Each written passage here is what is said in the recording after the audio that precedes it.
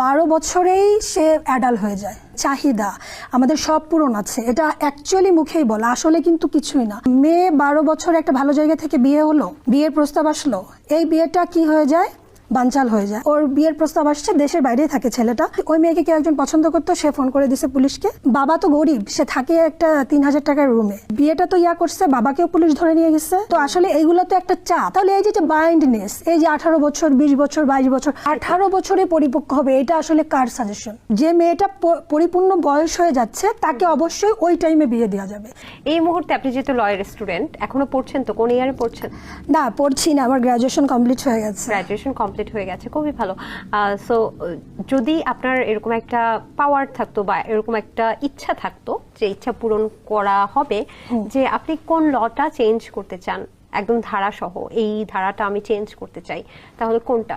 ধারাটা চেঞ্জ করতে চাই, বাংলাদেশে দেখবা যে নারীদের নিয়ে মানে 18 বছরের আগে বিয়ে হতে পারবে না, আমাদের এই একটা ধারা অলরেডি যোগ হয়েছে। মানে 18 বছর, মানে আচ্ছা 18 বছর আমার কাছে মনে হয় অনেক। একটা মেয়ে 12 বছরেই সে অ্যাডাল্ট হয়ে যায় ম্যাক্সিমাম জায়গাতে। 12-13 বছর মানে সে অ্যাডাল্ট। এখন আমাদের দেশটা কিন্তু পরিপূর্ণ দেশ না। তুমি যতটাই বলো যে আমরা যে আমাদের যে স্বাভাবিক যেটা মানে চাহিদা, আমাদের সব পূরণ আছে, এটা অ্যাকচুয়ালি মুখেই বলা, আসলে কিন্তু কিছুই না।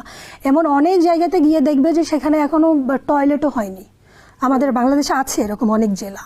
তো সেখানে একটা মেয়ে 12 বছর একটা ভালো জায়গা থেকে বিয়ে হলো, বিয়ের প্রস্তাব আসলো, এই বিয়েটা কি হয়ে যায়, বানচাল হয়ে যায়। 18 বছরের আগে ইভেন আমি দেখেছি, মানে আমাদের ভাড়াটিয়া আছে কি, একটা মেয়ে অনেক সুন্দর, ওর 13 বছরে গিয়ে 14 বছরে ও পা দিল, ওর বিয়ের প্রস্তাব আসছে, দেশের বাইরেই থাকে ছেলেটা। তো ওকে সব কিছুই অ্যারেঞ্জ হয়ে গেছে, সব কিছু ঠিক, বিয়েতে 300 লোক খাওয়ানো হয়েছে।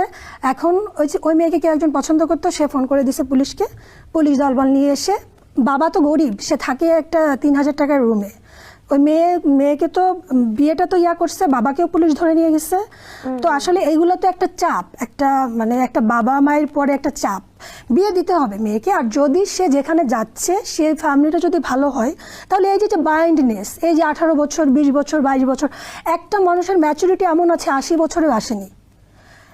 একটা মানুষের ম্যাচুরিটি 10 বছরেও চলে আসছে। শারীরিক ম্যাচুরিটিরও ব্যাপার আছে, এই কারণেই আসলে ডক্টররাও সাজেস্ট করে যে পরিপক্ক না হলে আসলে বিয়েটা। এই যে 18 বছরে পরিপক্ক হবে, এটা আসলে কার সাজেশন?